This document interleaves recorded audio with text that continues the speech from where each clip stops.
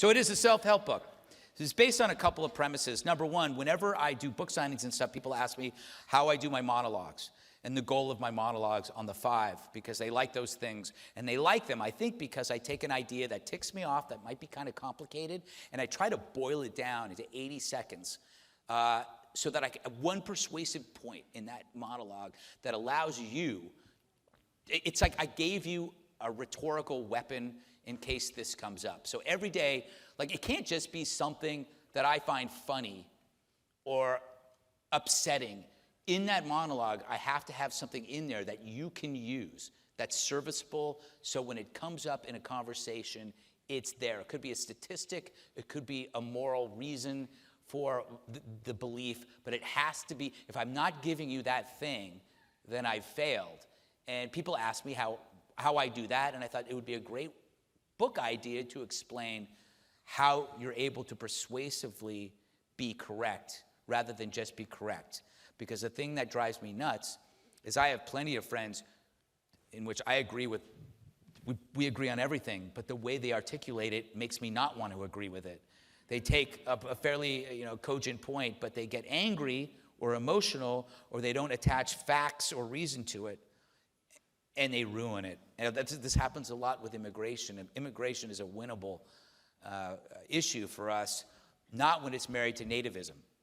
And so my goal is to strip away shrill anger and emotion from our arguments. I would be a hypocrite if I were angry and emotional, because that's the thing I always make fun of liberals about. Conservatives aren't supposed to be angry or shrill. They're supposed to be sharp and prepared and funny.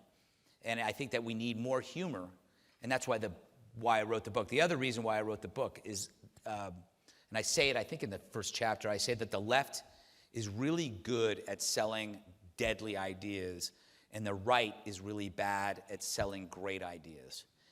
And I don't know if it's the right's fault, because I think the ideas are so great that they work.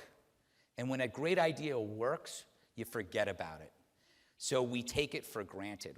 Whether it is law and order, police, let's face it, the reason why there's this reaction against police isn't over just simply police brutality. It's because we've become used to this amazing, dramatic advance in crime reduction. For the last 30 years, we've seen a reduction in violent crime like we've never seen. It is only when you have these long periods of success that you are able to rip apart the things that bring you success. And that is why conservatives have a hard time.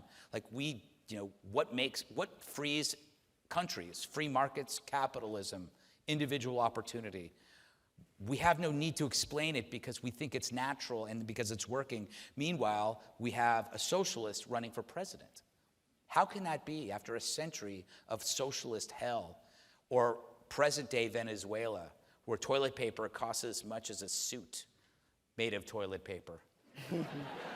Ask me how I know later. But anyway, my point is this.